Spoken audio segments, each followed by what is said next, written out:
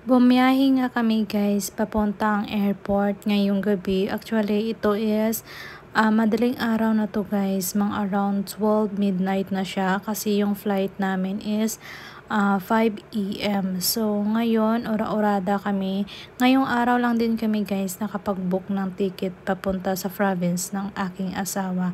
So, hindi ko alam kung bakit agad-agad yung pag-book ng asawa ko. So, ako naman, kasi gusto kong gumala kasi sabi niya parang travel na lang namin daw dito, parang bakasyon na. So sumama din ako guys. So ngayon papunta na nga kami sa airport. Ang bilis lang ng biyahe namin kasi midnight na nga siya. Tapos hindi na siya masyadong traffic. Mostly kapag umaga guys na mag travel papuntang airport, usually is traffic talaga siya. So umabot lang kami ng 1 hour dito sa pagbiyahe mula sa bahay papuntang airport. Pero ang normal talaga na biyahe, normal talaga papuntang airport is 2 hours. So nakaless kami ng 1 hour. Tapos ang flight namin is 5 AM pa. So, madami pa kaming time. So, kumain-kain na lang kami. So, dito ng time na to guys is hindi kami nakakain ng dinner masyado kasi nga mabilisan kami nag-impake. Siguro mga 6 PM na rin kami nag-book ng aming ticket. Buti na lang is meron pang available. So, mostly kasi kapag rush na rush na pag-book ng ticket is medyo mahal talaga siya. Pero buti na lang is meron talaga siyang extra na agad-agad makalipad ba kami. So ngayon, for the road trip po na tayo. Actually guys, dito sa place sa Bangalore is malamig na siya. Tapos medyo maulan-ulan na, hindi na siya summer. Ano na siya parang napaaga yata yung ulan dito sa city kung saan kami nakatira. Pero ang pagkakaalam ko sa province ng asawa ko guys is mainit pa rin. So nakapasok na nga kami sa sa entrance ng airport. Pero medyo malayo pa ito ha. Ito is yung on the way pa lang sa kanilang airport talaga. Sa loob na siya. Pero ang gaganda guys kasi may mga tanim talaga, greenery talaga yung kanilang mga tanim dito, mga puno, ganun. Tapos maintain talaga nila. Actually guys, malinis naman talaga siya papuntang sa airport. Parang sa akin lang ha, bakit hindi nila ma-maintain na hanggang doon sa labas, diba? Kasi kapag sa labasan na kasi is medyo madumi na siya sa mga kalye. Pero dito sa airport nila guys, papunta siguro mga around 10 minutes to 15 minutes papunta pa talaga dun exactly kung saan ka bababa para makasakay ng eroplano. Is mahaba pa talagang biyahe guys papasok sa kanilang airport. Kaya may enjoy mo yung tanawin, tapos ang ganda pa, may mga bulaklakin, mga ganon. So in short, andito na nga kami guys.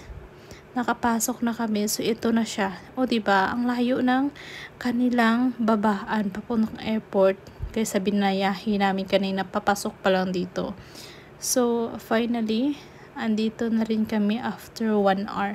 Exactly 1 hour talaga kami guys nakarating dito. So mabuti na lang is madami pa naman kaming time.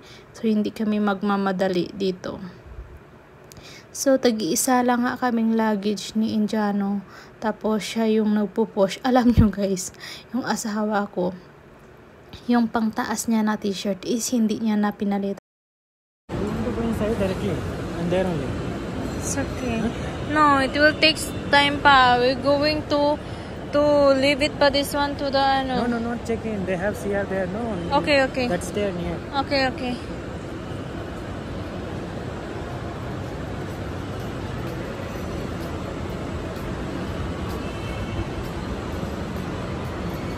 So nakapasok na nga ako dito guys sa loob sa security. Nakalampas na ako sa security.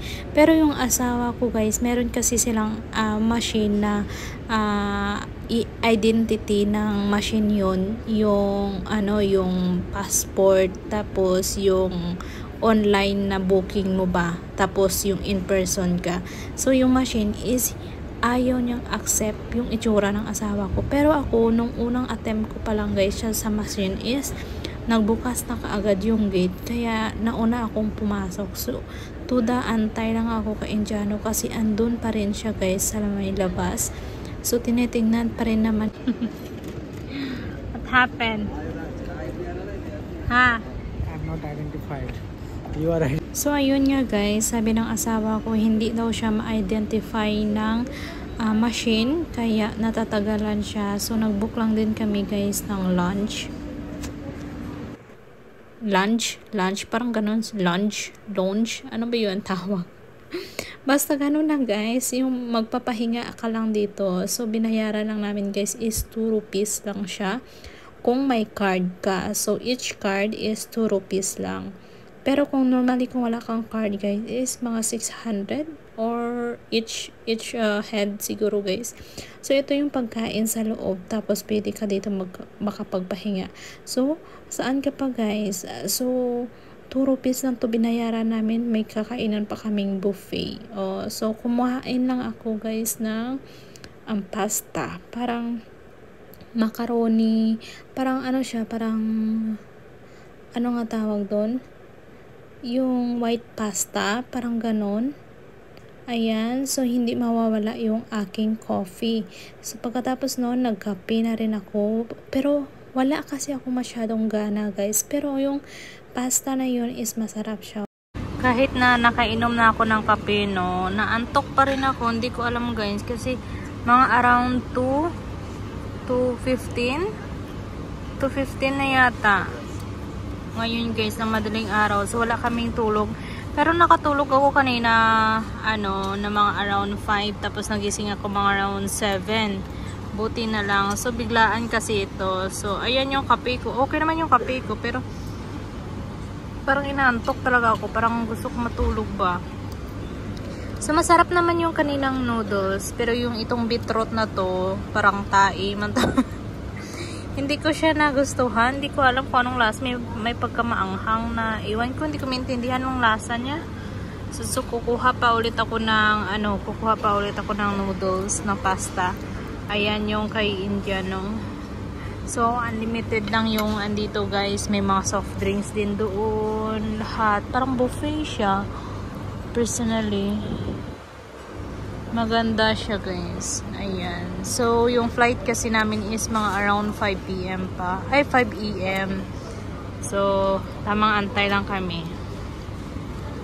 Andito na nga kami guys sa boarding gate. So, nagtatawag na sila. So, for the pila-pila lang tayo dito. So, halo-halo na yung naamoy ko guys. May naamoy ako na mga pabango. May naamoy akong natural na pabango. May naamoy ako ng pabango na mga medicines, yung mga pang ano ba guys, yung parang pang hilo-hilo na medicines, yung mga parang katulad ng mga efficacent, mga kung ano-ano, yung pangpalaban sa hilo ba. So ayan lang ako for the video lang. So after namin nga guys magpila sa boarding gate, for the pila na naman for papasok sa eroplano. So ganito pala dito guys. So nakasapatos lang ako, pero ang damit ko is dress. So ngayon in short na naman guys, touchdown na kami dito sa province ng asawa ko.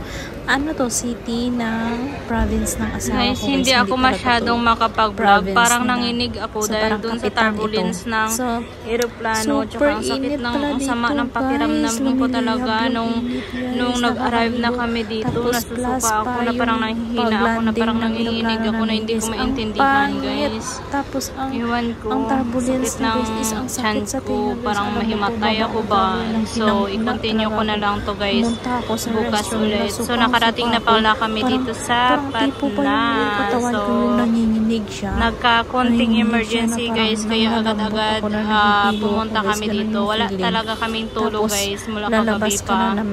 So, mga around 7 na dito. Sobrang init. So, ayan siya guys. Actually, may susundo sana sa amin, kaso lang tulog pa. Ayun lang guys.